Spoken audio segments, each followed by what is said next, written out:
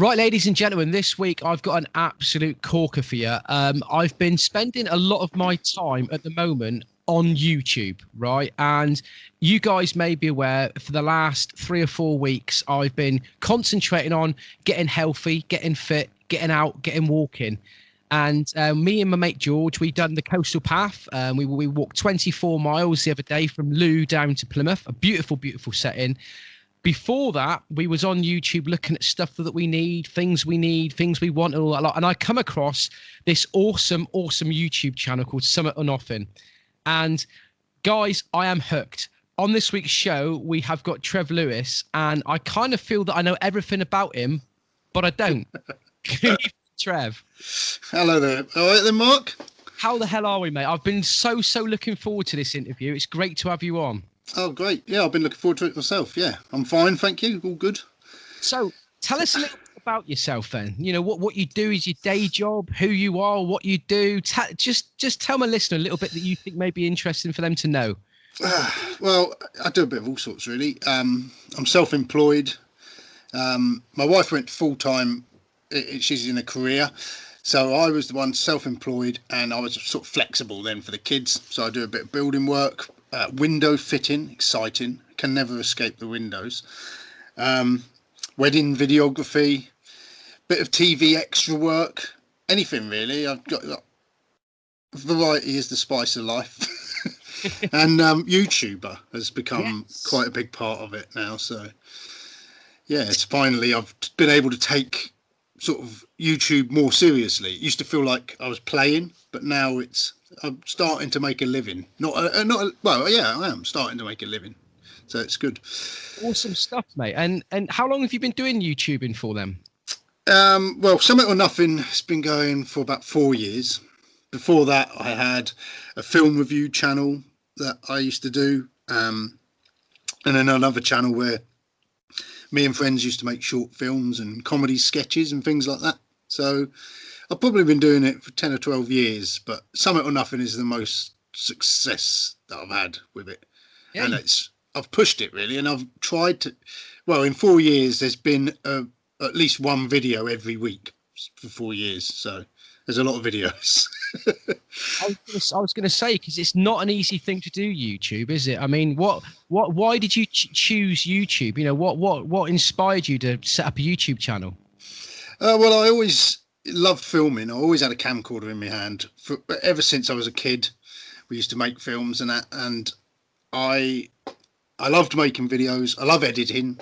And I got to, as we all got older, my friends got less interested, and we all had families, and making films wasn't happening. And as I got interested in wanting to hike, I just thought, well, I'll film it. I'll go out and film what I'm doing. Didn't know then how it would take off and how it would take my life in a different direction. Really, it was like you. I just felt I needed to do something to get fit and healthy, change a lifestyle, and we just got hold of my mate Nath, and we went out hiking and filmed it.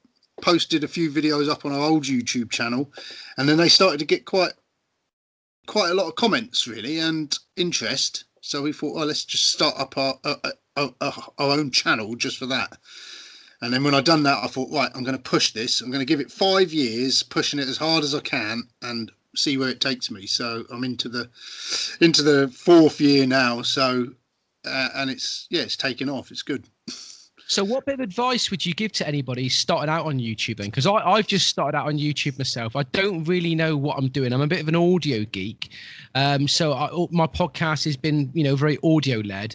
I've now decided that it's time to get involved in YouTube. I don't really know what I'm doing editing wise and stuff. And I know start somewhere, but what advice would you give anybody starting out?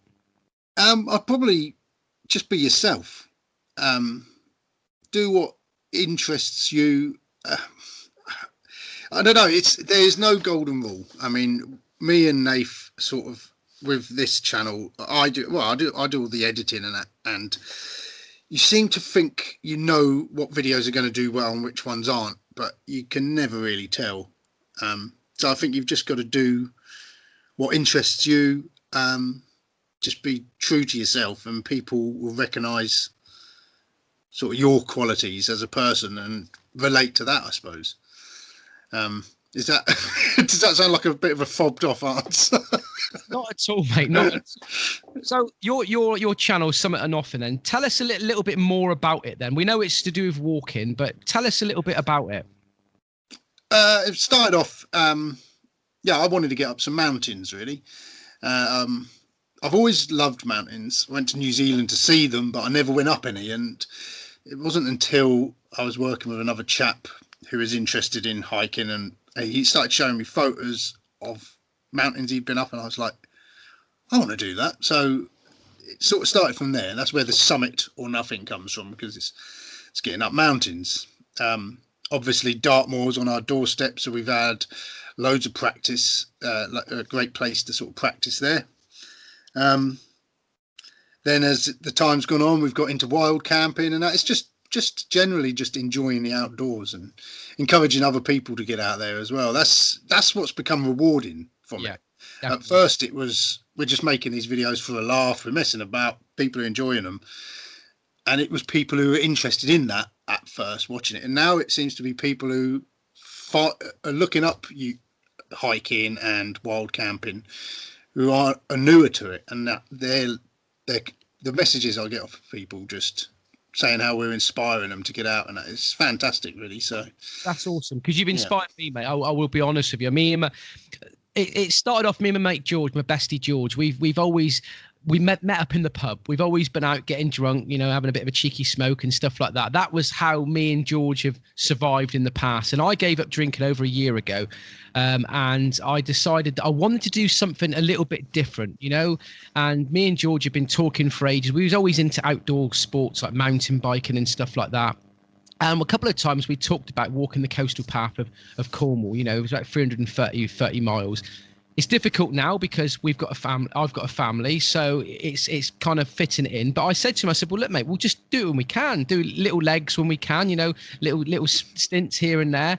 So October was a great time. It was a time for change for me. I've been trying to encourage people to bring change into their life and start something new and just getting out and having fun in the countryside and stuff.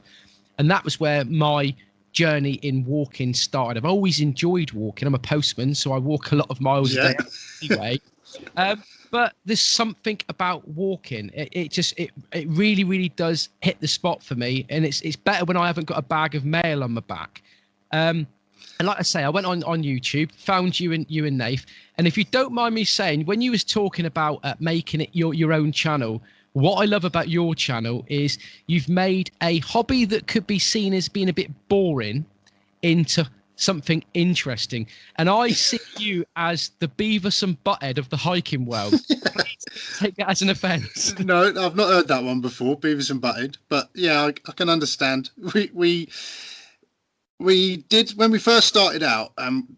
There wasn't so many channels back then. I mean, now they're 10 a penny, but when we first started out, we was sort of the bad boys of hiking. We was bad language, making mistakes, arguing, getting lost. We've always shown all the warts of all sort of process. We want to show everything that we're experiencing, and I think that's now people appreciate it. Back then, I don't know. I always felt, oh God, are we doing the right thing here by showing all this? But yeah, I think we are. Yeah, Beavis and Butthead, I guess. No, I love that. It's good. Having a bit of fun, and remember that next time you do your next YouTube channel, remember to bring up that you are Beavis and Butthead. Yeah. I don't know which one's Beavis and I don't know which one's Butthead. Leave you two. It could be if ever a film of Summit or Nothing was made, that would be the tag on the poster: the Beavis and Butthead of hiking. Yeah. So I've kind of been absorbing lots and lots of hours of your content on your YouTube channel. I really, really love it. But me and George, we started off doing a coastal walk, like I said. How did you start off with walking then? When did it start, and what was the first? Can you remember the first thing you started walking? Yeah, it was basically, like I said, I wanted to get up some mountains. we haven't got any mountains in Devon and Cornwall. I don't know if you're aware of that. I have started a petition to try and get some sent down this way, but Well, that's debatable. That's debatable. yeah. Down St Austell, there's a China clay pit, and you've got big, what they call the Cornish Alps. Have you seen them before? Right, yeah, go on. Perhaps you could start trying to hike up them. Oh, right. Is that where they filmed The Hitchhiker's Guide to the Galaxy, is it? I don't know. It's the just old BBC series. It's the big English China clay mounds that have got, it's always white on the top, so they call it the Cornish Alps. So theoretically, you are wrong there. Yeah. But yeah, so I basically got hold of Nath and said I want to do some mountains, and the highest point of Devon and Cornwall, the southwest, was High Willets on Dartmoor. So the first hike we done was onto Dartmoor, and then we went 2 or 3 more times on Dartmoor, and then went up Snowdon. And I think that was a real kick in the teeth, realizing the first mountain we done and how unfit I was. And once a month on Dartmoor wasn't going to cut it as training, so that's when I started to take up the coast path, like you said. I just started doing walks on the coast at first, because that constant up and down is such good training to get your stamina up and your fitness. And then once I'd done a few walks on the coast, I thought, I'm going to do the entire Southwest Coast Path. So now I've walked from Minehead all the way down past Land's End down to Lamorna Cove. Right. And then I've done a big spread of the South Devon coast as well, and I've done some of Dorset. So this year I was going to finish it all off, but I haven't managed to get out as much on the coast as I'd have wished. But it's definitely the best training ground, I think, the coast for the mountains. What do you prefer then, coastal or moorland? I actually love the coast. Is my favourite. They're not the most popular videos.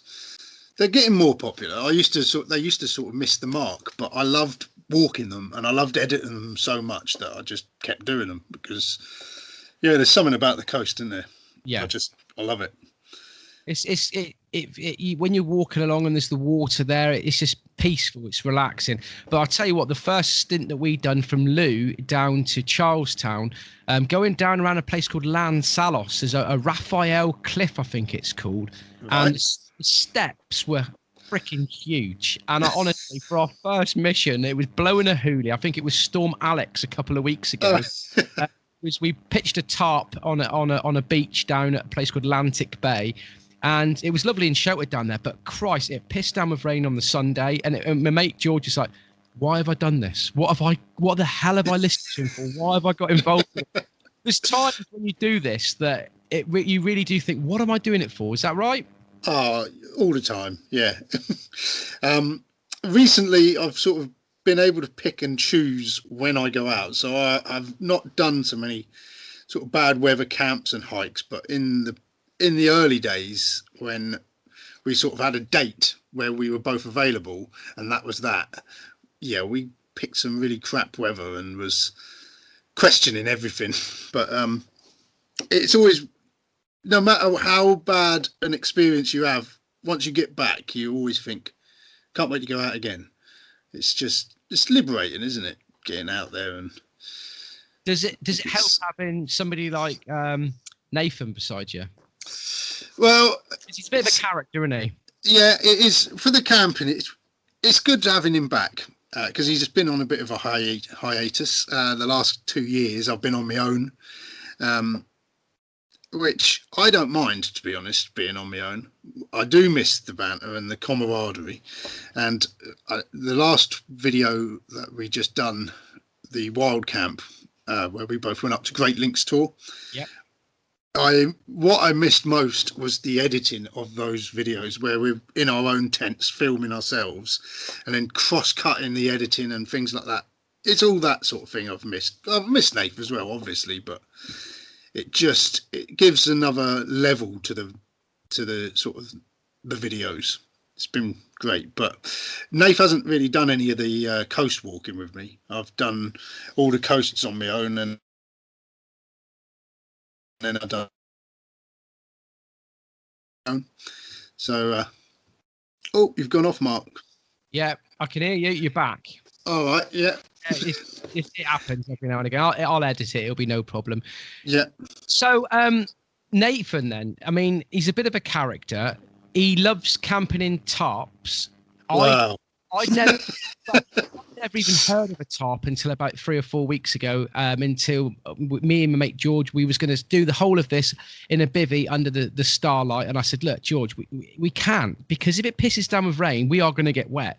We've got to get a bit of provision in place." So I got myself a DD tarp, and oh my God, what an amazing piece of equipment! It was awesome, and I kind of think that Nath has been trying to battle it through, but I think on your last episode where you lent him your tent, I think it's kind of changed his idea of things. And is he a tent goer now? Definitely. I think he will be, yeah.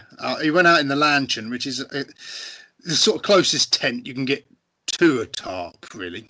It's lightweight, and you put it up with your hiking poles. But yeah, he slept all through the night, which he hasn't done for a long time in the tarp. When it's been bad weather, it just keeps him up, sort of wind and rain in and around him. When it's been good weather, he's had creepy crawlies climbing all over him, and he gets sort of allergic reactions when he gets bit by insects and things. So it's best he keeps them out, I think. So it's been.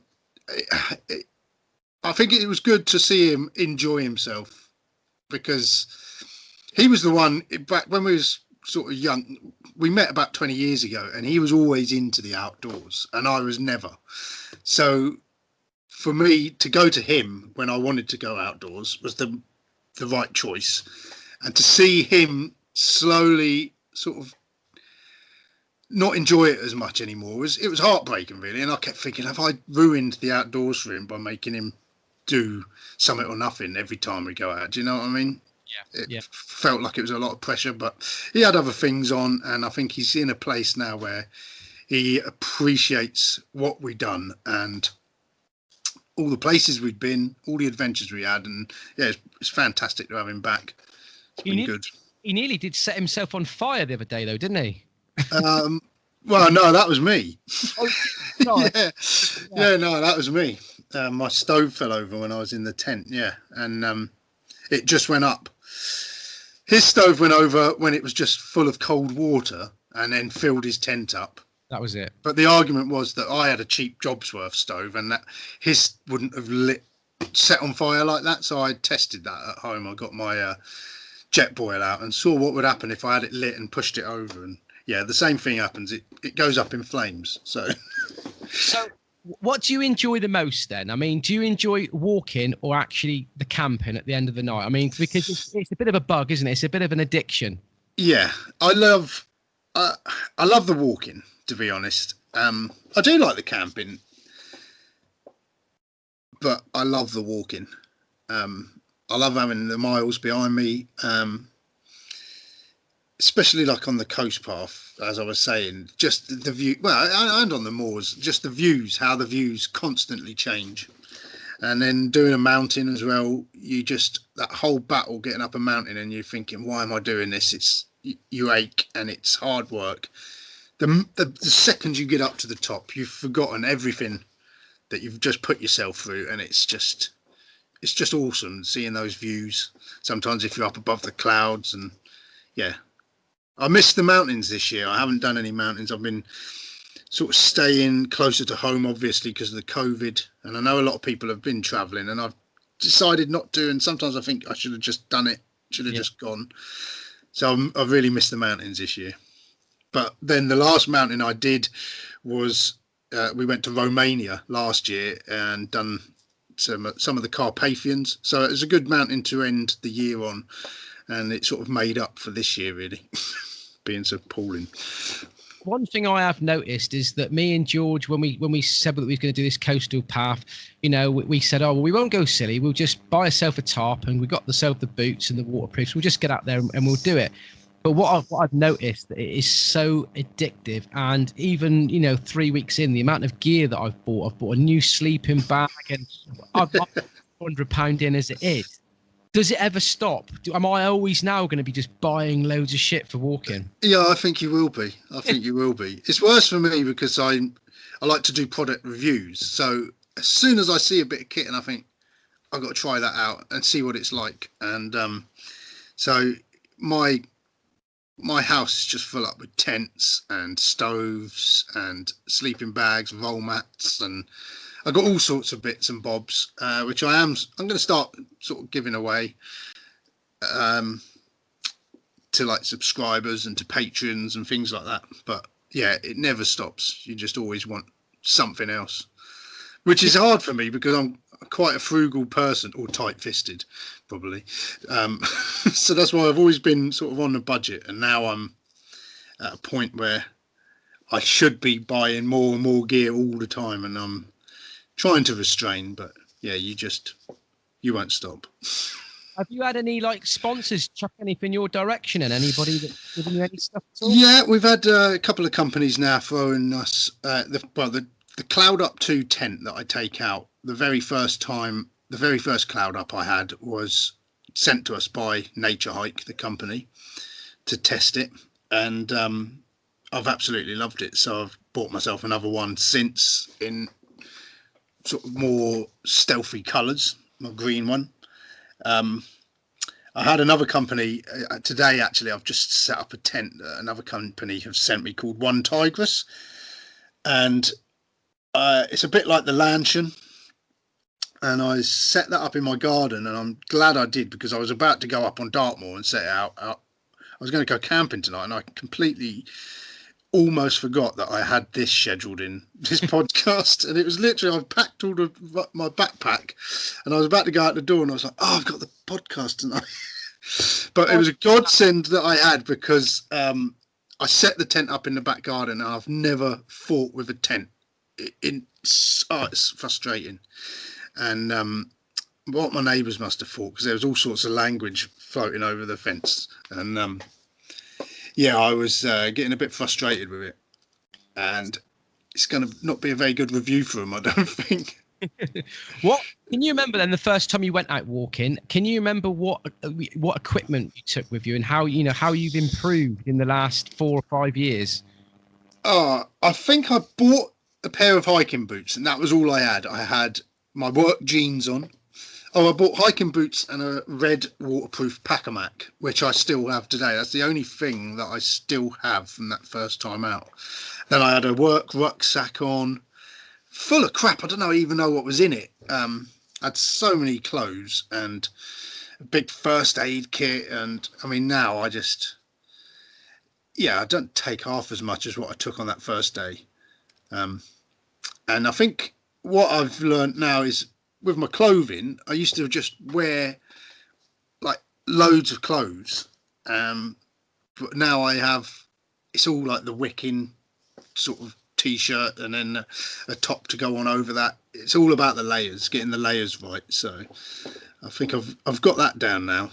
I don't change my clothes quite so much when I'm up there. I used to be taking that off and then on and off and on, and now I sort of have an outfit that I can just wear and not have to keep stripping and undressing.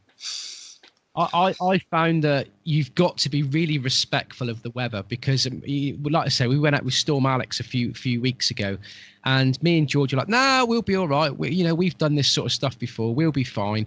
And it was our first trip, and I had it's a Gallant waterproof jacket. Gallant, is it? Is that how you pronounce it? Gelent? Gallant? Yeah. I had a waterproof jacket that I bought when I was in the Lake District about 10 years ago, and I had all my layered gear and my shorts, and I had a pair of army boots and stuff like that I wore, which are Gore-Tex boots, which are really good. And we just did not give it enough respect. George was walking in his jeans and his trainers. He had a pair of cat boots on at first, but they got too heavy, so he literally chucked them in his bag. But one thing that I learned is you've got to be respectful of the weather and the conditions, because honestly, we was on the cliff tops. It was blowing a hoolie. I must have had about 10 to 12, 15 kilograms of weight on my back. I don't like heights, and I'm thinking, in a minute, I'm gone off the cliff, So that's one thing that I learned on the first trek, is that you have got to be respectful of the conditions and the weather that you're out in. Definitely, yeah, definitely. And also the terrain where you are as well, making sure you know roughly where you'll go. It's one of when going back to when we went to Romania last year, we had a route planned, and then around these mountains, and then when we got there, the chap who was our guide, we got there at about 2 a.m. We arrived, and we was leaving at about 6, so we had 4 hours to get to sleep, and he just dropped it on us as we was leaving. Oh, I've changed the route, and I just couldn't sleep, thinking, I don't know the route, I'm not comfortable, and I spent 4 hours when I should have been sleeping, just panicking basically, and until I'd seen the route and could sort of assess it for myself, it's I think you need to be aware of everything you're dealing. It's not, not just a walk in the park, is it? No. Like you say, and with the weather, the conditions, you need to be prepared for it all. And being prepared, isn't it? What was it Nathan always says is fail to prepare, prepare to fail, basically. Talk about being prepared. Was you ever a Boy Scout? Was any of you two ever in the Cubs or the Scouts? Well, Nath was in the Big Boy Scouts, the army. The army? Yeah, but not for long. I think he just lasted the year, I think. But it wasn't for him. I was in the Cubs, but don't ask me to tie any knots. It's awful. I was doing that tent this afternoon. I had to tie a knot, and I just hate tying knots, and I always do them wrong. And I was trying to tie a knot that stayed, and I tied a slip knot. If you'd have asked me to tie a slip knot, I wouldn't have been able to do it, because I was trying to do one that didn't slip. It just kept slipping. So there you go. What's your bush trialing skills like? Have you got into that at all? Have you done any camping in woods and put tarps and hammocks up and that? I've done one hammock camp last January, but I mean, it's mostly been up on Dartmoor, so we haven't done a lot of bushcraft, to be honest. But I do want to. I'm in talks with a family back where I used to come from in North Devon who have woodland, and I've asked them if we can sort of have a patch of woodland there just to go and film and that. And they seem keen. They seem interested in letting us go, but I haven't been back there to have an inspection yet. But I think I'd like to go down that route, have a play around with the bushcrafting. I've seen a few people on the internet, and it does look pretty fun. And I'm like you. I've actually got in contact with some local woodland people and said, look, would you mind us just setting up every now and again, doing a bit of that sort of stuff, bushcraft and stuff. And I haven't heard back from them yet. It's not always that people allow and want random people lighting fires in their woodlands, is it? Exactly. No. You can't blame them, can you? But if you a stove up in your tent without it falling over. Yeah, that's it. Hopefully we won't set that whole woodland on fire. But so when you went out, I was going to say your coast walking. Then did you done that over 2 days? Was it? I had to take it was on a Saturday. I get a 1 in 4 weekends off, so it was my last long weekend 4 weeks ago.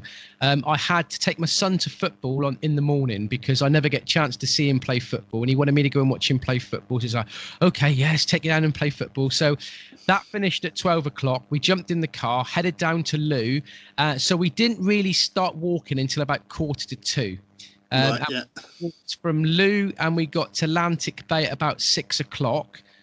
Set the tarp up on Atlantic Bay, and then we got up in the morning at 8 o'clock, and we walked then down to Polruan, across on the ferry, and walked from Foy down to Charlestown, and we got to Charlestown about 3:45. So it was over 2 days, but it wasn't even 24 hours, if you know what I mean. No. Really, the whole time we was out. That was a good crack then.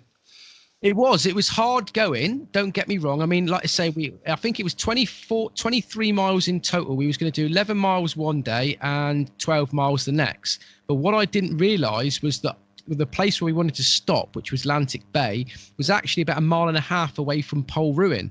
So on the second day, we wasn't doing 12 miles. We was actually doing closer to 14. And right. So we was walking, and when we got to Foy, we was already 2 hours behind, and we had to get to Charlestown to walk to St Austell to catch the train back for 4 o'clock. We didn't make it, and the train was cancelled. And long story short, the only way we could get back from St Austell to Loo was to get a taxi, which cost us 70 quid. Oh my God! Yeah, Taxis are a killer. I mean, I thought we done a walk, me and a friend, between, where was it?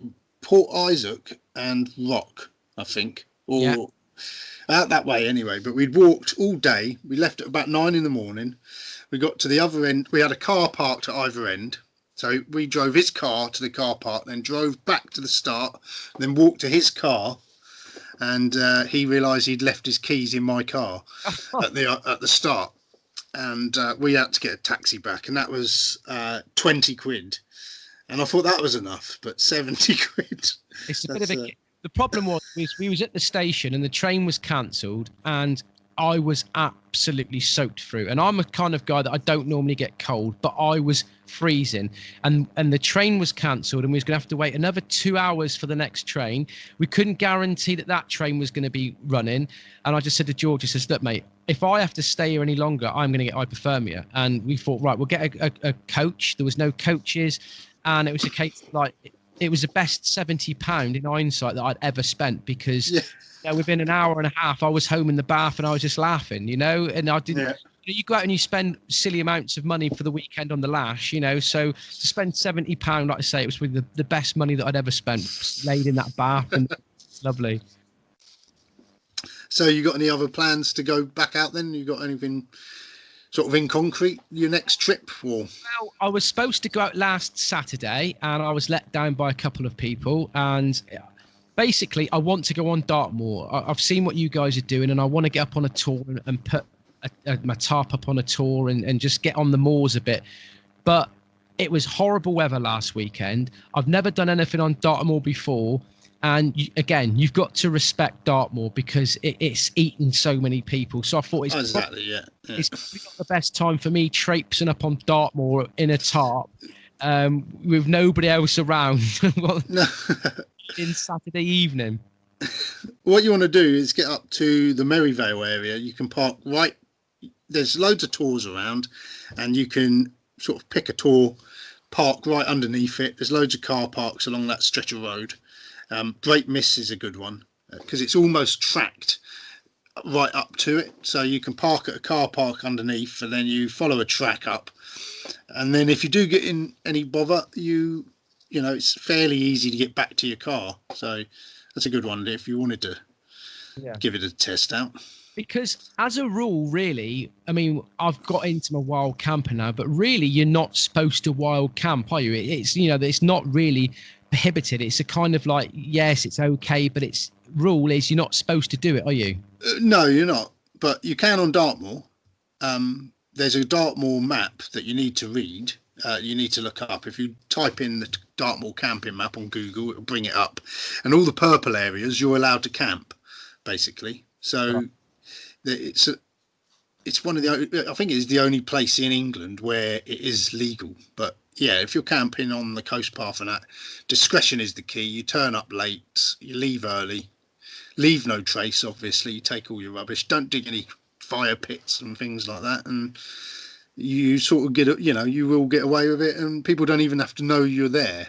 And I think that's how you should wild camp. I mean, we saw a lot of these, what they call fly camping through the summer, and people just come in and treating it like a campsite, treating all these places like a campsite. And it was pretty heartbreaking, really, to see all these places getting turned over. Yeah. But I was speaking to a guy the other day that's done what I'm doing. He's like 60 now, and he was doing it 20 years ago, and he still walks up on Dartmoor, and he said that, the people close to Dartmoor and that are getting a bit peeved off of wild campers because they've been going up on the moors and just leaving their tents there, just going up for a camp, leaving their tents and just buggering off. And the mess that's up there is, have you come across that at all? Yeah, they're not wild campers. That's what I mean. That's just something this year. I mean, people do it. You get the odd one or two people doing it, but this year, because no one's been going on holiday abroad and like people just flooded to Dartmoor. My son and I camped a few years back at Belliver. Yeah, and it's like a nice little sort of woodland beside, and there's like a nice little patch of grass beside a river. It's really picturesque. And this year we was going to go there again. The family wanted to go camping, and I said, "Oh well, let's pop to there." this was just a few days before they actually banned people camping there, and I didn't realise until we got down there. It was like Butlins. There was like 70 tents, people digging holes, burning trees, breaking trees, the branches off of the trees in the forestry next to them, rather than just picking up the deadfall, which shouldn't be doing that anyway. There's no open fires on Dartmoor, and it was just these people just treating the place like an absolute tip. It was horrible. It was heartbreaking. So we didn't camp. I just got the jet boil out, and we made a brew up, had a hot chocolate, and then just got in the car and went home. And it's just a real shame, really. Have you come across anybody on the moors that's given you a bit of attitude or anything like that in your journeys, whether you've been wild camping, or have you come across anybody? Not really, no.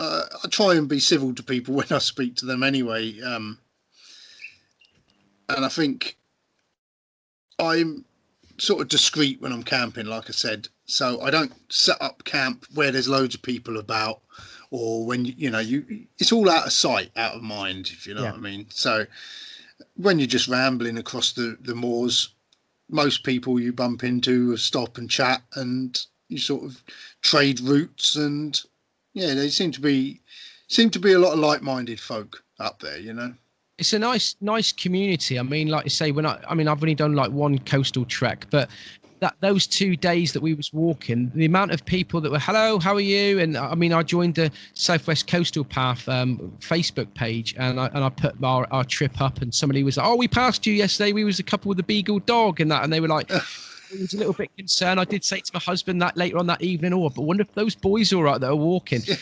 It's quite a nice little community of people, isn't it? It is, yeah. The whole hiking community is, to be honest. There's a few really good Facebook groups that I'm part of. We did see a bit of go back, like the fly camping. There was a lot of that on Facebook this year as well. A lot of the groups, I've sort of distanced myself from Facebook after all this COVID thing, because everyone got so sort of petty and spiteful. It's just not been a very nice place, and a lot of these like one of the Cornwall groups that I followed, it turned a bit like straw dogs on there, It was all us and them, and it's heartbreaking, really, because everyone's sort of entitled to have these holidays and things. It's just been a very strange year, and I think Facebook for me was sort of caused quite a bit of anxiety for me, really, and I think just distancing myself from it made me feel 100 times better. So one thing I will say is you and Nath have been a bit of an inspiration to me, really. Seeing the stuff that you do is got me into doing more walking and buying more equipment. So the missus is going to slap your ass when she sees you. But who is your inspiration? People pay good money for that. I know. Inspiration. Yeah. Who do you follow on YouTube, and who have you inspired to be like? Well, it wasn't a YouTuber really that inspired me. Like, as I said, it was a chap that I worked with, and I sort of only worked with him for like a year, but we met each other at work at a time when I was sort of desperate for some change in my life. And like I said, we used to make the films, and that hadn't been happening, and I was getting a bit frustrated that I wasn't living the path of life that I wanted to. And then this new chap started working, and he'd done a lot of hiking and camping, and he was showing me his photos and that, and he really encouraged me to want to get out. He was my inspiration completely. We never got to walk together. He was sort of had really bad knees, and he was waiting for his knee operations, and he had one done, and then he actually died when they put him under for the second knee, and he passed away. And it was a real heartbreak, a real shocker. But I always just think, if it wasn't for meeting Paul, I wouldn't be hiking, and I wouldn't be inspiring others. So I always like to think that I'm passing on his baton, really, So yeah, Paul was my biggest inspiration.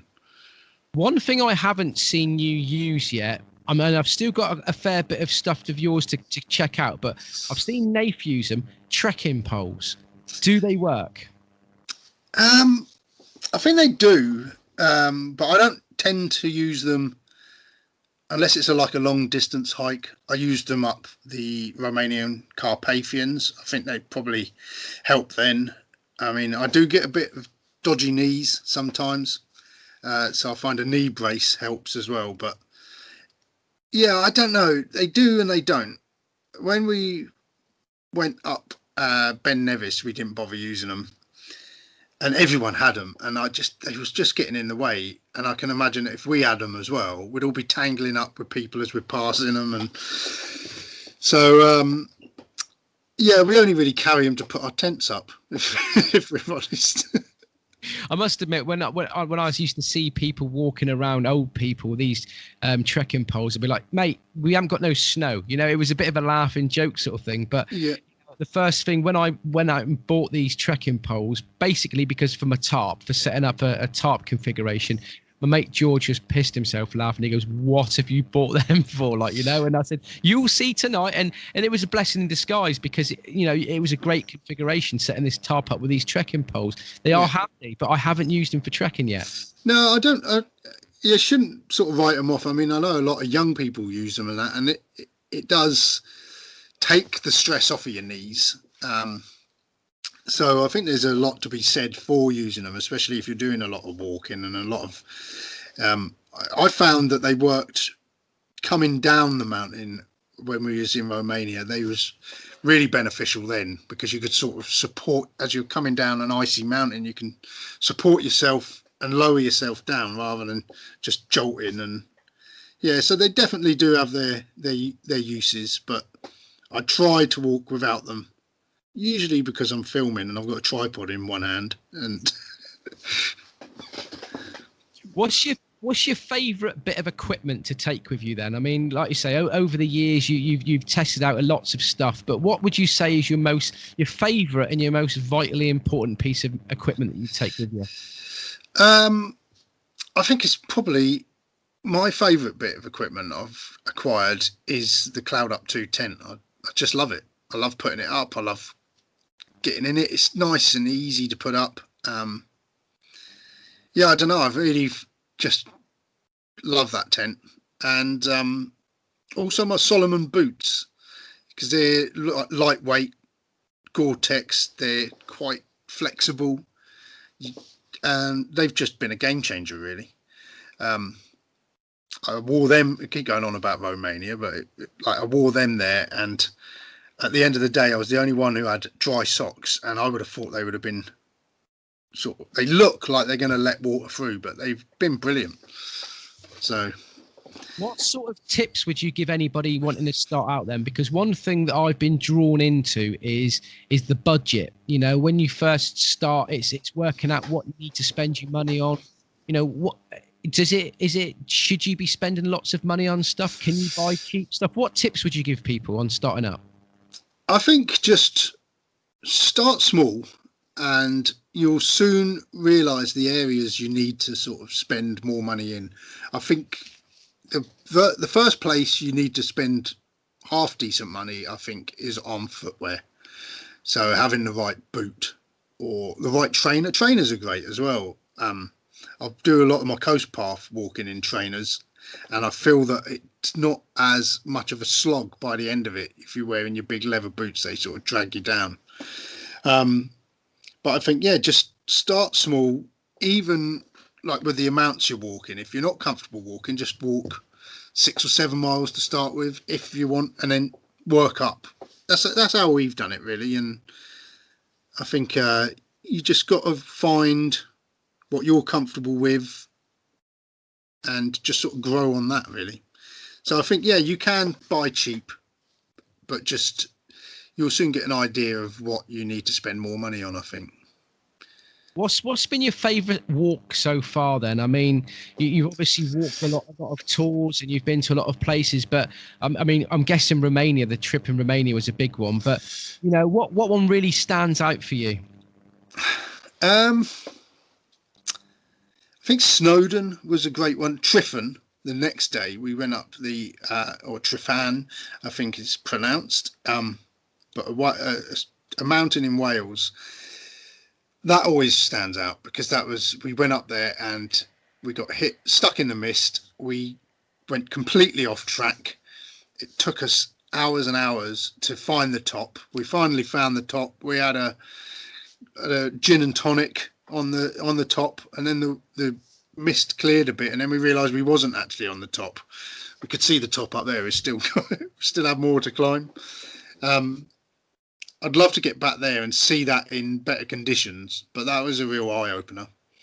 And then camping up on the top of Cadair Idris in Wales as well was a fantastic experience. So I think, probably those two. I mean, and obviously Romania it felt like proper alpine hiking. We went up a real big mountain in the snow, stayed in a cabana up halfway up the mountain. It's just really picturesque.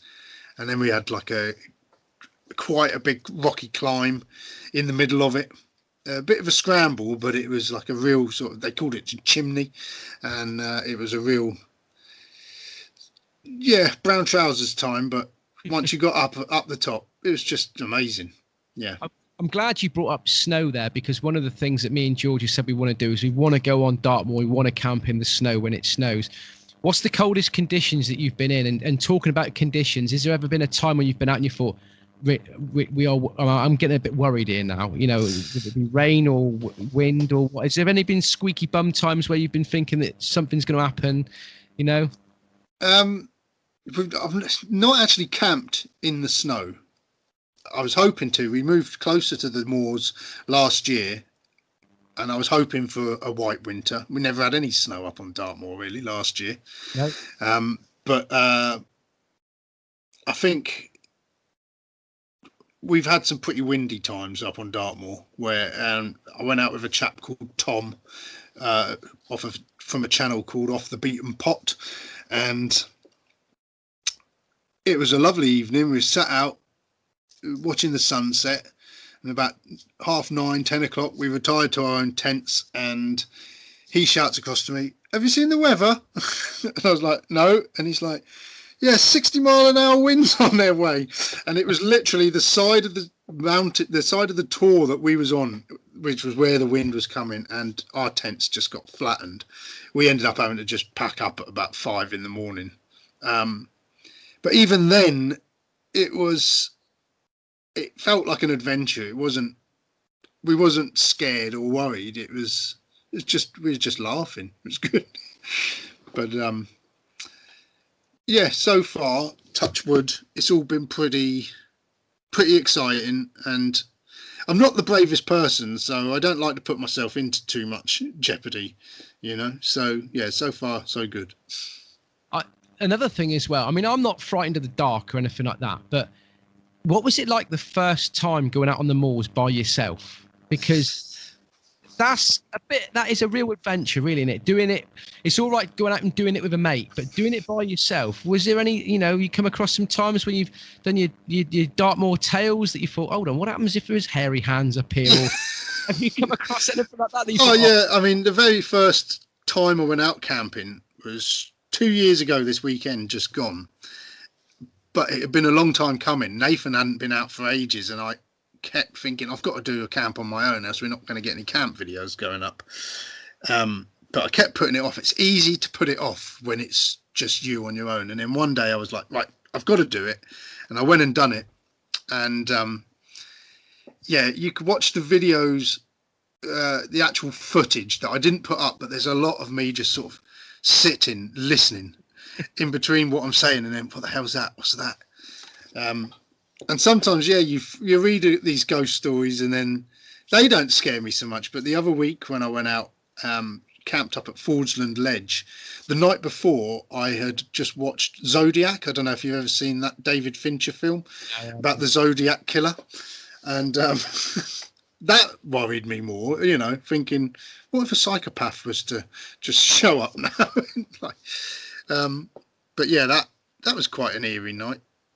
I was listening to a lot of noises then.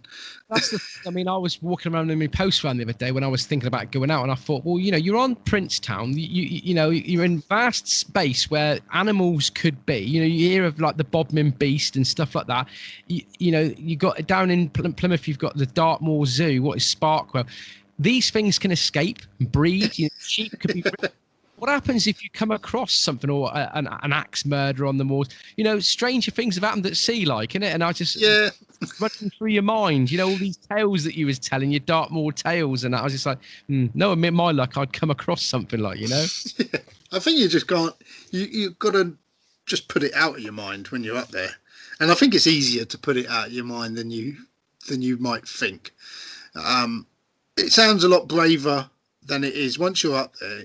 And once you've done it a couple of times, it really just becomes easy. It becomes peaceful, really. I think I'm more uneasy the closer I am to civilization. If I know there's a road down there, then I keep thinking, people are going to keep coming. There's the chance that people can come up.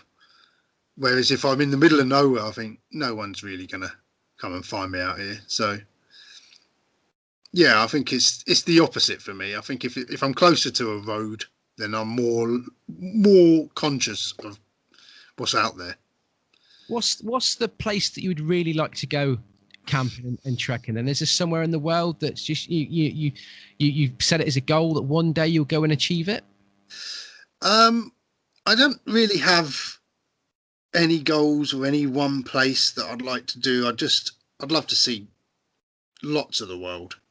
I'd love to camp in a lot of places. I mean, I just like the fact that at the beginning of each year, I feel like it's the new year, a new slate, and I think, I wonder what I'm going to do this year. I don't have a plan. Maybe I should, but I just like to see where things take me, really. And like ending last year at Romania, I would never have seen that coming back in January. And it was a strange year because me and Nath went out in January, then we went out again in February, and then he decided he didn't want to do it, and I was like, God, I didn't see that coming, but then as the year went on, I sort of went out with other YouTubers, went out with Alan Metalman up in the Lake District, and he showed me some good sites, and we went up Helvellyn. I went out with a YouTuber called Joss up in Snowdonia, and we done a ridge climb up to the top of Molsha Bod, and then ended up going to Romania at the end of the year. And so I think this year's been a write-off. Hopefully next year there's more to do, and I'm supposed to be going to the Himalayas next year, raising money for hospice care. So yeah, hopefully that'll happen. And I mean, that's got to be one of the sort of the pinnacle, isn't it? The Himalayas, to see that be something else. I mean, I don't know your marital status and your family setting and that, but how do you find time to go out and do this sort of stuff and keep everybody happy? My wife's happy if I go out. She gets the house to herself. She's quite happy for me to do this. But no, to be honest, she's been brilliant, really supportive of me. That's the thing. Me and my wife, we never stop each other doing things that we want to do on our own. We've always felt that we're individuals. We're in a relationship. We are married. We've got children. One of us can handle the kids if the other one wants to go out. So we never stop each other doing things. I'd probably do, I don't know, she does more clubs, she does a netball and jogging, and this is sort of all I do, really. And every week I've got to go and do a walk, I've got to edit, we just fit it in. It's been fine, it's been good. That's awesome. Because the thing is, it's like with me, I do my podcast and I do taekwondo. I've got into this now, and it's finding the time to do everything, but at the same time, keep the loved ones around happy. The kids want to spend time with you. The missus wants to spend time with you. It's respecting everybody's, everybody around you, but also being a little bit selfish and wanting to get out there and have a bit of fun. And just, it's very good for relieving stress, isn't it? Being out there. I think it's. Oh, definitely. Yeah. Who would you like to go out camping with? If you could take anybody at all to go out up on Dartmoor with, trekking, wild camping, who would it be? Um, I don't know really. I see these. I don't really think about these sort of questions. I'm not very well prepared when it comes to thinking like this. Anyone really. Anyone who I love taking friends. Like when I went out with Stan, my friend Stan, and he'd never done it, and it was great for him to come out and just to see how he loved it in the end. You know, I just love to see people enjoy themselves. So yeah, anyone. There's no one in particular, just anyone. Is that another fob off answers? No, I accept that. I have dropped you on the spot there, but like I say, I couldn't answer that question myself, to be honest with you, because the problem is it's awkward going camping and doing these things with people that you don't know, isn't it? I mean, you obviously get a lot of people that say, "Oh, Trev, can we come camping with you?" I mean, I don't know if people do go camping with you, but it's a bit awkward. Yeah, I got to say no to everyone who asks, really, because sort of the last couple of months, nearly every day, I was getting messages off of different people going, "Oh, we love your videos. Next time you go out, give us a shout." It's like, I don't know who you are. You're just a name, you know, and it's not even a real name half the time. You know, it's a username. It is a bit strange, and I mean, even meeting up with YouTubers who you watch, and you think, is this going to be awkward? What's this going to be like? You know.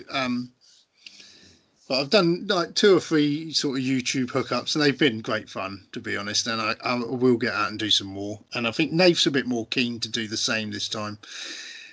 Before he was quite a negative person, and I'd say, "Oh, we'll have to meet up with people." He'd be like, "Well, I don't know about it." So nothing was really happening. So I think this break me and Nate have had has been good for me to sort of move the channel in different directions. And now Nate's come back, and I think he's a bit more willing to sort of do all these different things. Yeah, he seems like a changed man. So it's going to be good fun. So rounding it up then, really, if there's people out there that have enjoyed what we've been talking about and fancy giving it a go, what advice would you give people, and what equipment would you suggest they spend their money on? My advice to you would be just to enjoy yourself. Just if you're going out and you're going on your own, make sure you always tell someone where you're going. Always take a map and a compass.